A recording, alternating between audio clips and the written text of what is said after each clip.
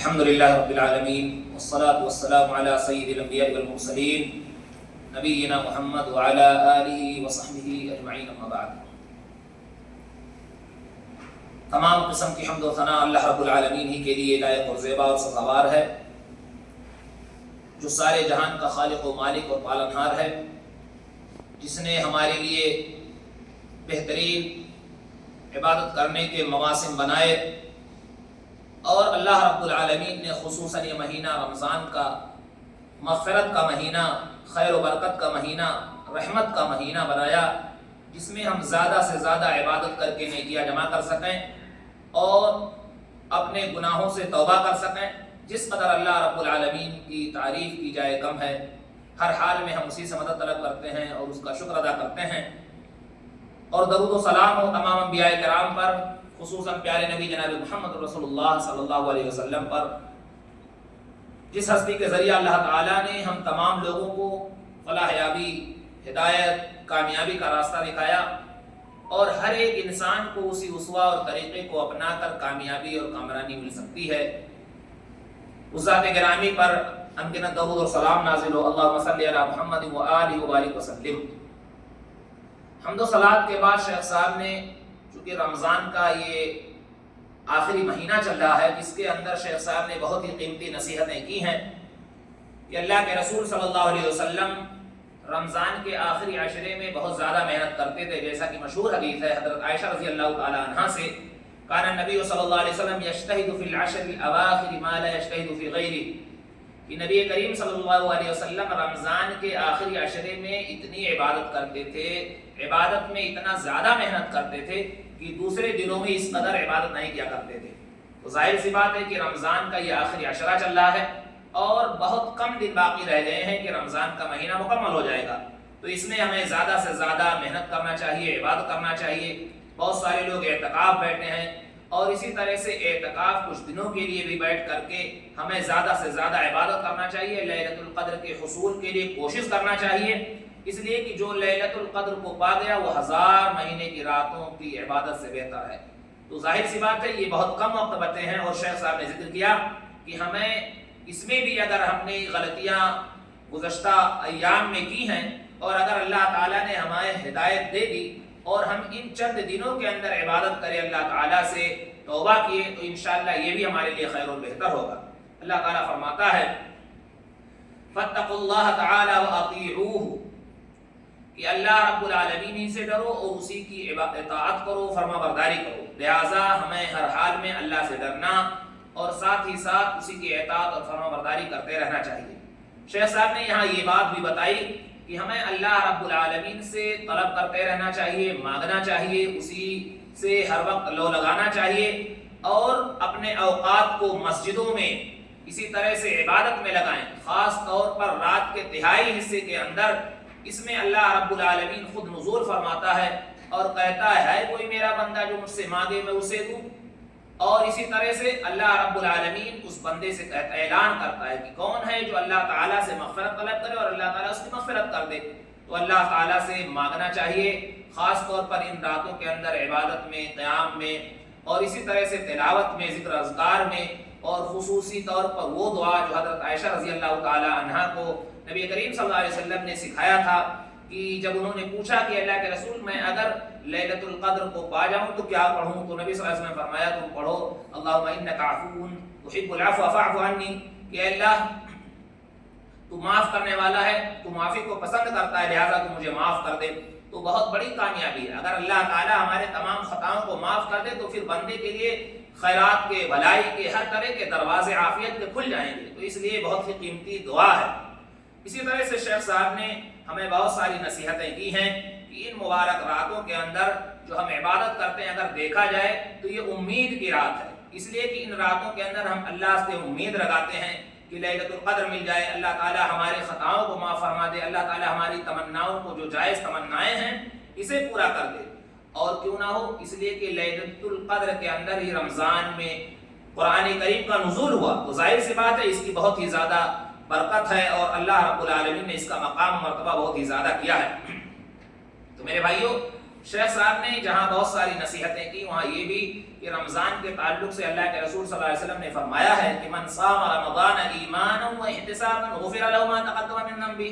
اور آگے حدیث میں یہ بھی فرمایا گیا ومن قام رمضان ایمانا و احتسابا غفر له ما تقدم من ذنبه، اور دوسری ایک اور روایت میں اس طرح کا بھی اضافہ ہے ومن قام لیلۃ القدر ایمانا و احتسابا غفر له ما تقدم من ذنبه، یعنی ان احادیث کے تعلق سے اگر ہم جانیں تو اس کا مطلب یہ ہے کہ جو رمضان میں اچھے طریقے سے ایمان کی حالت میں روزہ رکھتا ہے اور اللہ سے امید کرتے ہوئے تو اللہ اس کے سارے گناہوں کو بخش دے گا۔ اسی طرح سے اگر وہ قیام کرتا ہے ایمان کی حالت میں اور اللہ تعالیٰ سے امید کرتے ہوئے تو اللہ اس کے سارے گناہ کو بخش دیتا ہے۔ اور ساتھ ہی ساتھ ایک روایت میں اس کا اضافہ ہے کہ اگر لیلۃ القدر میں ایمان کی حالت میں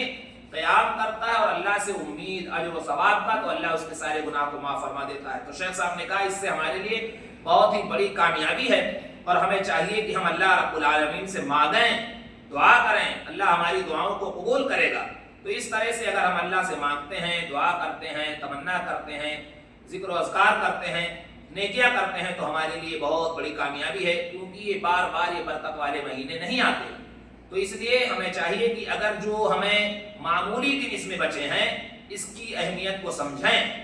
حدیث میں آتا ہے کہ عبادہ ابن الصامت رضی اللہ تعالیٰ عنہ کی روایت ہے کہ نبی کریم صلی اللہ علیہ وسلم نے ارادہ فرمایا کہ ہم لوگوں کو بتا دیں کہ لیلۃ القدر کس کا رات کو ہے، لیکن دو صحابہ آپس میں کسی بات پر کچھ جھگڑا ہو گیا تو نبی صلی اللہ علیہ وسلم نے ان کی صلح کرائی۔ اسی درمیان وہ رات بالضبط جو تھی کہ فلاں رات میں ہے یہ بھلا دی گئی، اور نبی صلی اللہ علیہ وسلم نے فرمایا کہ یہ تمہارے لیے بہتر ہے، لہٰذا تم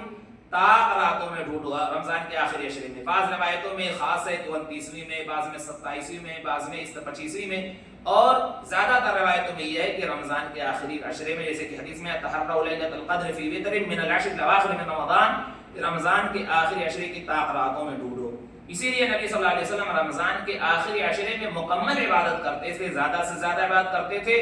اور اس میں خود تیار ہوتے تھے، جیسا کہ روایت میں ہے کہ نبی صلی اللہ علیہ وسلم شد مئزرہ واحیا لیلہ وایقظ اہلہ، کہ نبی صلی اللہ علیہ وسلم اپنے ازار کو کس لیتے، یعنی عبادت کے لیے مکمل طور پر تیار ہو جاتے تھے، اپنے گھر والوں کو بھی جگاتے اور خود بھی عبادت میں لگے رہتے تھے۔ تو چند ہی دن ہیں، شیخ صاحب نے اس پر خصوصی زور دیا کہ بہت کم دن ہیں، لہٰذا ہمیں چاہیے کہ اس میں بھی اگر ہم اپنے آپ کی کوتاہیوں کو، غلطیوں سے سبق سیکھیں اور ان چند دنوں کے اندر بھی صحیح معنوں میں عبادت کریں تو انشاءاللہ ہمارے لیے بہت ہی خیر اور بھلائی ہوگی۔ لہٰذا یہ مہینہ جس نے پا لیا تو اس میں زیادہ سے زیادہ عبادت کرو، اگر جو محروم ہو گیا تو سمجھ لیجئے کہ بہت خیر اور بھلائی سے محروم ہو گیا۔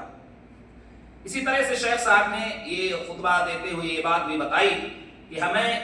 نیکی کرتے رہنا چاہیے، اس لیے کہ جو نیکیاں ہیں اللہ تعالیٰ کے فرمان کے مطابق ان الحسنات یذھبن السیئات، کہ نیکیاں جو برائیوں کو ختم کر دیتی ہیں۔ تو اگر ہم نیکی پر نیکی کرتے ہیں تو انشاءاللہ جو گناہ ہم سے ہوتے ہیں بسا اوقات دانستہ طور پر ہو جاتے ہیں، یعنی جان بوجھ کر، بسا اوقات بغیر جانے بوجھے، تو انشاءاللہ یہ نیکیاں جو ہیں ہمارے گناہوں کو ختم کر دے گی، کفارہ بنا دے گی۔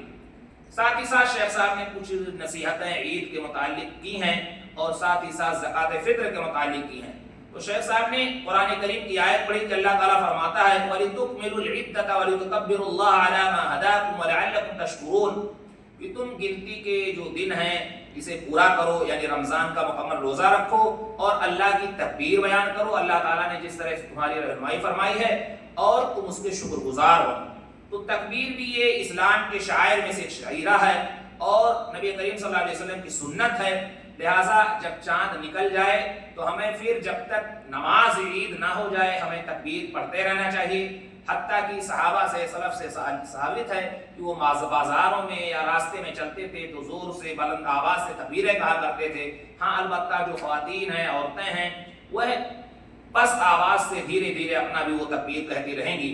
ساتھ ہی ساتھ شیخ صاحب نے یہ نصیحت کی کہ عورتوں اور مردوں تمام لوگوں کو عیدگاہ پر جا کر کے نماز ادا کرنا چاہیے۔ نبی کریم صلی اللہ علیہ وسلم کی یہ سنت ہے اور اس سنت کی اہمیت اس سے مزید بڑھ جاتی ہے کہ وہ عورتیں جو نماز نہیں پڑھ سکتی ہیں پھر بھی وہ عیدگاہ جائیں اور وہاں بیٹھیں اور دعا میں شامل ہوں۔ لہٰذا ہمیں عورتوں کو بھی عیدگاہ پر لے جانا چاہیے، انہیں بھی موقع فراہم کرنا چاہیے کہ وہ بھی نماز پڑھیں، اگر نماز نہ پڑھنے کی حالت میں ہو تو دعا میں شامل رہیں۔ ساتھ ہی ساتھ شیخ صاحب نے نصیحت کی زکوٰۃ فطر۔ یہ زکوٰۃ فطر جو ہے میرے بھائیو ہر ایک مسلمان کا فرض ہے، اسے نکالنا چاہیے، جیسا کہ حضرت عبداللہ بن عباس رضی اللہ تعالیٰ عنہ کی روایت میں ہے کہ نبی صلی اللہ علیہ وسلم نے فرض کیا، فرض رسول اللہ صلی اللہ علیہ وسلم زکوٰۃ الفطر طہرۃ للصائم وطعمۃ للمساکین، کہ نبی صلی اللہ علیہ وسلم نے زکوٰۃ فطر کو فرض کیا ہے جو مسکینوں کے لیے کھانے کا سبب ہو جائے گا اور جو روزے دار ہیں ان کے لیے پاکیزگی کا سبب ہو جائے گا، یعنی جو غلطی ان سے کچھ ہو گئی ہے وہ معاف ہو جائے گا۔ اور پھر نبی صلی اللہ علیہ وسلم نے آگے فرمایا فمن اداها قبل صلاة العید فهي زکاۃ مقبولہ ومن اداها بعد صلاة العید فهي صدقۃ من الصدقات، یعنی جو عید کی نماز سے پہلے اگر وہ تقسیم کر دیتا ہے تو وہ مقبول ہے صدقہ فطر، اور جو بعد میں تو یہ ایک عام صدقہ ہوگا، یعنی نماز عید کے بعد اگر کوئی بانٹتا ہے تو وہ عام صدقہ ہوگا، اس لیے ہمیں چاہیے کہ ہم عید کی نماز سے پہلے وہ نکالتے ہیں۔ صحابہ کرام کا طریقہ تھا کہ 2 دن یا 3 دن پہلے جو ہے زکوٰۃ فطر کو نکال دیا کرتے تھے، جیسا کہ عبداللہ ابن عمر رضی اللہ عنہ کی روایت میں ہے، اور یہ بات بھی واضح ہے کہ 1 صاع نکالا جائے، 1 صاع کوئی بھی غلہ ہو جو تقریباً 3 کلو کے برابر ہوتا ہے، گرچہ بعض لوگوں نے نقدی بھی کہا لیکن صحیح بات سنت کا طریقہ یہی ہے کہ نبی صلی اللہ علیہ وسلم نے غلہ یا کھانے پینے کی چیزوں ہی کو نکالنے کا حکم دیا، 1 صاع چاہے کھجور ہو، چاہے کشمش ہو، چاہے گیہوں ہو، چاہے جو ہو، یا اسی طرح سے جو کوئی بھی کھانے کی چیز ہو، چاول وغیرہ، یہ تقریباً 3 کلو ہوتے ہیں، اسے نکالنا چاہیے اور مستحق تک پہنچا دینا چاہیے، اور اللہ کے رسول صلی اللہ علیہ وسلم کا یہ حکم ہے اور ہمیں اسے اپنانا چاہیے، جیسا کہ دوسری حدیث میں ہے کہ نبی صلی اللہ علیہ وسلم نے فرض کیا ہے ہر چھوٹے پر، ہر بڑے پر، ہر امیر پر، ہر مالدار پر، ہر مرد پر، ہر عورت پر، یعنی تمام لوگوں پر یہ فرض کیا ہے، لہٰذا ہمیں چاہیے کہ اس میں بھی ہم کوتاہی نہ کریں اور نماز عید کے جانے سے پہلے ہی یہ مسکین تک پہنچ جائے تاکہ ان کے لیے بھی خوشی کا سبب بنے اور کھانے پینے کا بھی سبب بنے۔ تو شیخ صاحب نے یہ قیمتی نصیحتیں کی ہیں اور دعا کی ہے کہ الہ العالمین ہمیں یہ مبارک مہینے بار بار عنایت فرماتا رہے اور اللہ تعالی ہمارے گناہوں کو معاف فرما دے، ہمارے اندر قرآن و سنت کی اتباع کی توفیق عطا فرمائے، جب تک زندہ رکھے حالت اسلام پر زندہ رکھے، ہمارا خاتمہ ہو تو حالت اسلام پر ہو، آمین رب العالمین، وآخر دعوانا ان الحمد للہ رب العالمین۔